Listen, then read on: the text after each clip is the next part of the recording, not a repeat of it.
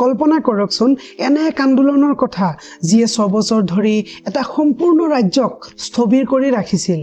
এনে এক আন্দোলন যিয়ে স্বাধীন ভাৰতৰ ইতিহাসৰ এটা আটাইতকৈ কলা অধ্যায়ৰ জন্ম দিছিল। কিন্তু লগতে এনে এখন ঐতিহাসিক চুক্তিৰো জন্ম দিছিল যিয়ে ভাৰতৰ নাগৰিকত্ব আইনক চিৰদিনৰ বাবে সলনি কৰি পেলাইছিল। আজি আমি গভীৰভাৱে আলোচনা কৰিম 1979-1985 চনৰ অসম আন্দোলনৰ বিষয়ে। এই আন্দোলনৰ কাহিনী কেৱল এটা আঞ্চলিক কাহিনী নহয়, ই এনে এক কাহিনী যিয়ে ভাৰতীয় যুক্তৰাষ্ট্ৰীয় ব্যৱস্থাৰ ভেটি কঁপাই তুলিছিল আৰু আজিও ৰাজনীতিত ইয়াৰ প্ৰভাৱ দেখা যায়। ছাত্ৰৰ প্ৰতিবাদৰ পৰা আৰম্ভ কৰি কৰুণ হত্যাকাণ্ডলৈকে, গণগ্ৰেপ্তাৰৰ পৰা ঐতিহাসিক চুক্তিলৈকে এই অসম আন্দোলনৰ সম্পূৰ্ণ কাহিনী। কিন্তু আৰম্ভ কৰাৰ আগতে যদি আপুনি এনেধৰণৰ বিতং ঐতিহাসিক বিষয়বস্তুৰ প্ৰতি আগ্ৰহী, তেন্তে আমাৰ চেনেলটো ছাবস্ক্ৰাইব কৰিবলৈ আৰু নটিফিকেশ্যন বেলটো দবাবলৈ নাপাহৰিব। আহক এই যাত্ৰা আৰম্ভ কৰোঁ।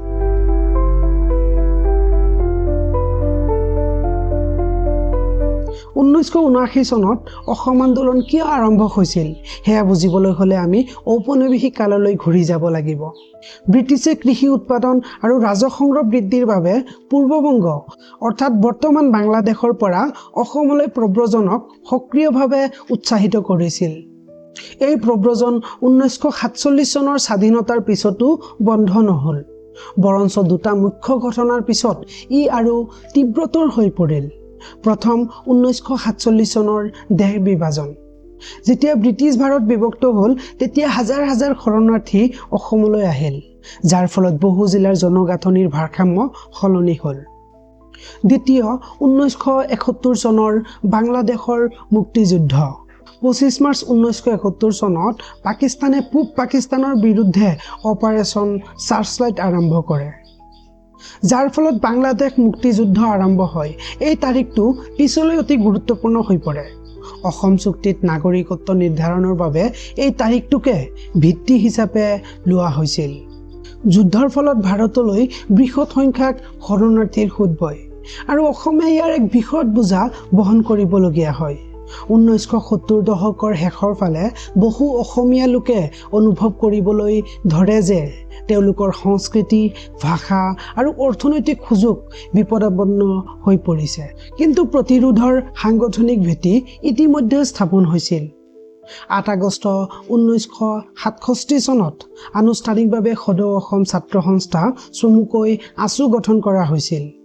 এইটো কেৱল আন এটা ছাত্ৰ সংগঠন নাছিল, ই কেইবাটাও ছাত্ৰ সংগঠনৰ একত্ৰীকৰণৰ ফলত জন্ম হৈছিল আৰু অতি সোনকালে অসমীয়া মানুহৰ আশা আকাংক্ষাৰ এক শক্তিশালী কণ্ঠ হৈ পৰিছিল।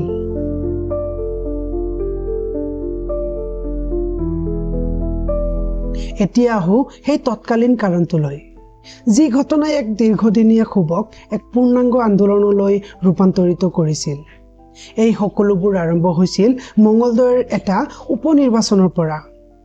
1987 চনত মঙলদৈ সমষ্টিৰ সংসদ হীৰালাল পাটোৱাৰীৰ মৃত্যু হয়, যাৰ ফলত এটা উপনিৰ্বাচন অনুষ্ঠিত কৰাটো আৱশ্যক হৈ পৰে। 1979 চনৰ আৰম্ভণিতে যেতিয়া নিৰ্বাচন আয়োগে উপনিৰ্বাচনৰ বাবে ভোটাৰ তালিকা প্ৰস্তুত কৰিছিল, তেতিয়া এটা আচৰিত কথা পোহৰলৈ আহিল। প্ৰায় 70,000 সন্দেহযুক্ত অবৈধ অনুপ্ৰৱেশকাৰীৰ নাম ভোটাৰ তালিকাত অন্তৰ্ভুক্ত কৰা হৈছিল, যিটো পঞ্জীভুক্ত ভোটাৰৰ এক অস্বাভাৱিক আৰু সন্দেহজনক বৃদ্ধি আছিল। এইটো কেৱল এটা কেৰাণীৰ ভুল নাছিল, ই এক পদ্ধতিগত নিৰ্বাচনী অনিয়মৰ ইংগিত দিছিল। অসমীয়া সমাজ ক্ষোভত ফাটি পৰে। যদি অবৈধ অনুপ্ৰৱেশকাৰীয়ে ভোট দিব পাৰে, তেন্তে তেওঁলোকে নিৰ্বাচনৰ ফলাফল সলনি কৰিব পাৰিব আৰু গণতান্ত্ৰিক উপায়েৰে অসমত তেওঁলোকৰ উপস্থিতি বৈধ কৰি ল'ব পাৰিব। আছুৱে লগে লগে ভোটাৰ তালিকাৰ পৰা সকলো বিদেশী নাগৰিকৰ নাম বাদ নিদিয়ালৈ উপনিৰ্বাচন স্থগিত ৰখাৰ দাবী জনায়। চৰকাৰে এই দাবী মানি ল'বলৈ অস্বীকাৰ কৰে। এই অস্বীকাৰেই আছিল শেষ বিন্দু। অসমীয়া ৰাইজৰ ধৈৰ্যৰ বান্ধ ছিঙি গৈছিল।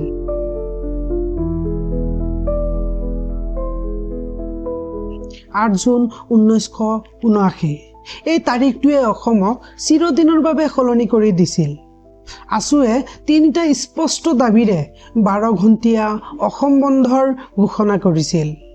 1 নম্বৰ বিদেশী নাগৰিকৰ চিনাক্তকৰণ, 2 নম্বৰ বিদেশী নাগৰিকক ভোটাধিকাৰৰ পৰা বঞ্চিতকৰণ আৰু 3 নম্বৰ বিদেশী নাগৰিকৰ বহিষ্কাৰ। এই বন্ধৰ প্ৰতি ৰাইজৰ সঁহাৰি আছিল অভূতপূৰ্ব। সমগ্ৰ ৰাজ্য স্থবিৰ হৈ পৰে, ৰাস্তা ঘাট দোকান পোহৰ আদি বন্ধ কৰে আৰু লাখ লাখ লোকে এই কাৰ্যসূচীত অংশগ্ৰহণ কৰে, যিটো অসম আন্দোলনৰ আৰম্ভ বুলি জনাজাত হ'ল। এই বিশাল জনসমৰ্থন দেখি ৰাজনৈতিক আৰু সাংস্কৃতিক নেতাসকলে বুজি পালে যে এইটো কেৱল এটা ছাত্ৰ আন্দোলনতকৈও বহু ডাঙৰ। 26 আগষ্ট 1979 চনত তেওঁলোকে সদৌ অসম গণ সংগ্ৰাম পৰিষদ গঠন কৰে, যিটো আন্দোলন পৰিচালনা কৰিবলৈ এক ছাত্ৰ সংগঠন আছিল। এই পৰিষদে একত্ৰিত কৰিছিল সদৌ অসম ছাত্ৰ সন্থা, চমুকৈ আছু, অসম সাহিত্য সভা, প্ৰধান সাহিত্যিক সংগঠন, বিভিন্ন ৰাজনৈতিক দল, সাংস্কৃতিক সংগঠন, যুৱ সংগঠন, আনকি অধিবক্তা সংস্থাকো। এইটো এতিয়া কেৱল মাত্ৰ ছাত্ৰ প্ৰতিবাদ নাছিল, ই অসমীয়া সমাজক প্ৰতিনিধিত্ব কৰা এক গণ আন্দোলনত পৰিণত হৈছিল।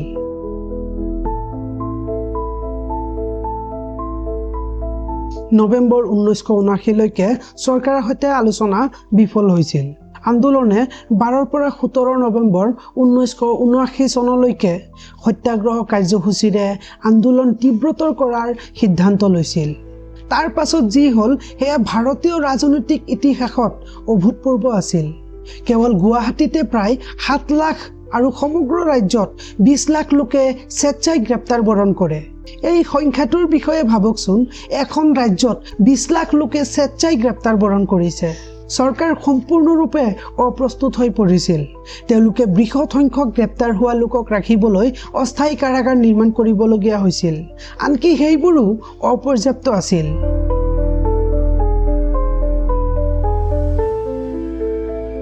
ৰাজ্যৰ প্ৰত্যুত্তৰ আছিল বৰ্বৰ আৰু পদ্ধতিগত। আন্দোলনৰ সাক্ষীসকলৰ বিৱৰণ অনুসৰি CRPFৰ জোৱানে গোটেই অসমত শিবিৰ স্থাপন কৰিছিল আৰু নিয়মিত টহলদাৰী চলাইছিল। এই আন্দোলনৰ প্ৰথম শ্বহীদ আছিল খৰ্গেশ্বৰ তালুকদাৰ, বৰপেটা আছু গোটৰ 22 বছৰীয়া সাধাৰণ সম্পাদক। 1979 চনৰ 10 ডিচেম্বৰ তাৰিখে মনোনয়ন দাখিলত বাধা দিবলৈ কৰা গণ পিকেটিঙৰ সময়ত তেওঁক আৰক্ষীয়ে মাৰি হত্যা কৰি ভৱানীপুৰ ৰাষ্ট্ৰীয় ঘাইপথৰ কাষত এটা নৰ্দমাত পেলাই দিছিল। এই ঘটনাই আন্দোলনৰ হিংসাত্মক পৰ্যায়ৰ আৰম্ভণি কৰিছিল। 6 বছৰীয়া সময়ছোৱাত 855 জন লোকে প্ৰাণ হেৰুৱাইছিল। গ্ৰেপ্তাৰৰ সংখ্যা আছিল ভয়ংকৰ। কেৱল সত্যাগ্ৰহৰ সময়তে লাখ লাখ লোকে গ্ৰেপ্তাৰ বৰণ কৰিছিল। কিন্তু আটাইতকৈ কৌশলগত গ্ৰেপ্তাৰবোৰ হৈছিল 6 জানুৱাৰী 1983-ত, যেতিয়া আছু আৰু গণ সংগ্ৰাম পৰিষদৰ সকলো শীৰ্ষ নেতাক দিল্লীত বিফল আলোচনাৰ পৰা উভতি অহাৰ সময়ত গুৱাহাটী বিমানবন্দৰত গ্ৰেপ্তাৰ কৰা হৈছিল। এই সময়টো ইচ্ছাকৃতভাৱে বাছি লোৱা হৈছিল।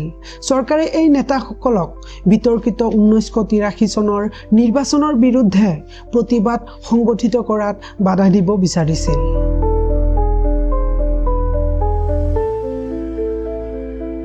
ফেব্ৰুৱাৰী 1983 অসম আন্দোলনৰ ইতিহাসৰ আটাইতকৈ কলা অধ্যায় হিচাপে চিহ্নিত হৈ ৰ'ল। চলি থকা আন্দোলনৰ মাজতে চৰকাৰে বিধানসভা নিৰ্বাচন অনুষ্ঠিত কৰাৰ সিদ্ধান্ত লয়। এই সিদ্ধান্তই অভূতপূৰ্ব হিংসাৰ জন্ম দিয়ে।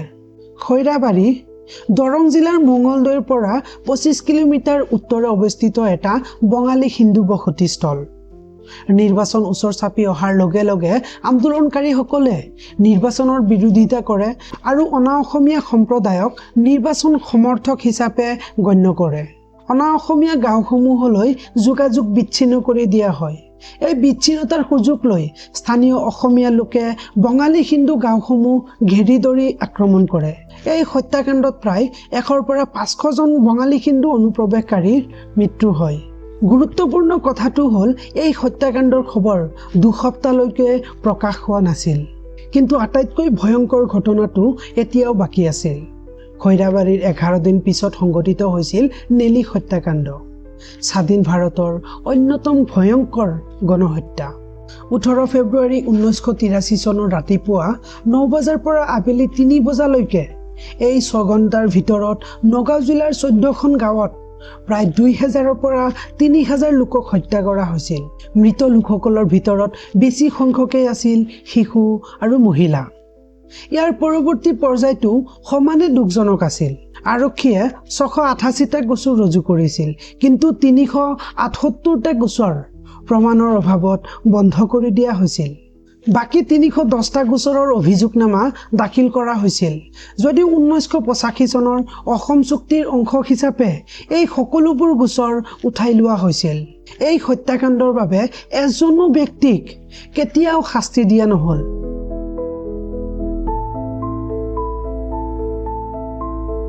(1985 চনত ৰাজীৱ গান্ধী প্ৰধানমন্ত্ৰী হোৱাৰ লগে লগে সকলো সলনি হৈ গ'ল। তেওঁৰ মাতৃ ইন্দিৰা গান্ধীৰ কঠোৰ নীতিৰ বিপৰীতে ৰাজীৱে আলোচনা আৰু আপোচৰ ওপৰত গুৰুত্ব দি এক নমনীয় স্থিতি গ্ৰহণ কৰিলে। চৰকাৰ আৰু আন্দোলনৰ নেতাসকলৰ মাজত গোপন আলোচনা আৰম্ভ হয়।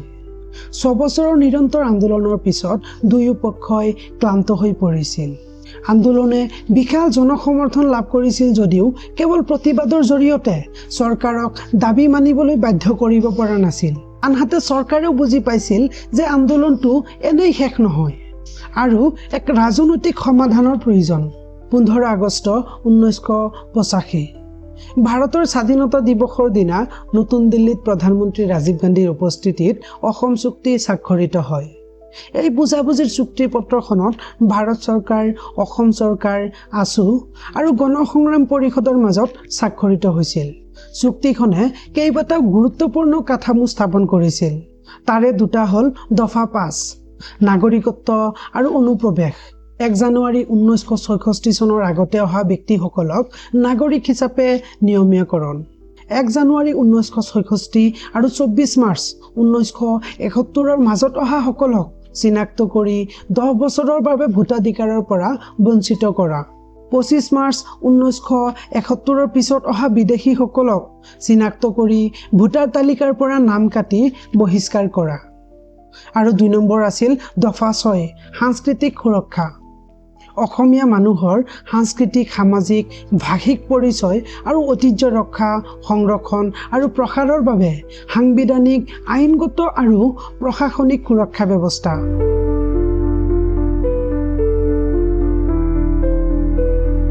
অসম চুক্তিৰ পিছত আন্দোলনৰ নেতৃত্বই এক ঐতিহাসিক সিদ্ধান্ত লয়। 14 অক্টোবৰ 1985 চনত গোলাঘাট অধিৱেশনত তেওঁলোকে এটা নতুন ৰাজনৈতিক দল অসম গণ পৰিষদ গঠন কৰে। প্ৰফুল্ল কুমাৰ মহন্ত দলটোৰ প্ৰথম সভাপতি হয়। প্ৰতিবাদী নেতাৰ পৰা ৰাজনৈতিক দললৈ এই ৰূপান্তৰে অসমৰ ৰাজনৈতিক ইতিহাসত এক নতুন অধ্যায়ৰ সূচনা কৰে। ডিচেম্বৰ 1985 বিধানসভা নিৰ্বাচনত অগপই এক চমকপ্ৰদ বিজয় সাব্যস্ত কৰে। 126খন আসনৰ ভিতৰত 67খন আসন লাভ কৰি মহন্ত মাত্ৰ 33 বছৰ বয়সত মুখ্যমন্ত্ৰী হয়, যাৰ ফলত তেওঁ ভাৰতীয় ইতিহাসৰ আটাইতকৈ কম বয়সীয়াল মুখ্যমন্ত্ৰী হৈ পৰে। এই বিজয়ক আন্দোলনৰ উদ্দেশ্যৰ এক প্ৰতিফলন বুলি গণ্য কৰা হয় আৰু ইয়াৰ নেতৃত্বৰ প্ৰতি জনসাধাৰণৰ অবিৰত সমৰ্থন প্ৰদৰ্শন কৰিছিল। ছাত্ৰ নেতাসকলে সফলতাৰে ৰাজনৈতিক নেতালৈ ৰূপান্তৰিত হৈছিল। অসম আন্দোলন স্বাধীনোত্তৰ ভাৰতৰ আটাইতকৈ গুৰুত্বপূৰ্ণ আঞ্চলিক আন্দোলনসমূহৰ ভিতৰত অন্যতম। ই পৰিচয় আৰু নাগৰিকত্বৰ বিষয়ৰ ওপৰত ভিত্তি কৰি হোৱা গণ আন্দোলনৰ শক্তি আৰু বিপদ দুয়োটাই প্ৰদৰ্শন কৰিছিল। 6 বছৰ ধৰি ই এখন সম্পূৰ্ণ ৰাজ্যক স্থবিৰ কৰি ৰাখিছিল। ই বহু লোকৰ প্ৰাণ লৈছিল, যাৰ ভিতৰত আছিল ভয়ংকৰ হত্যাকাণ্ডত হাজাৰ হাজাৰ লোকৰ মৃত্যু, যিবোৰ আজিও শাস্তিবিহীন হৈ আছে।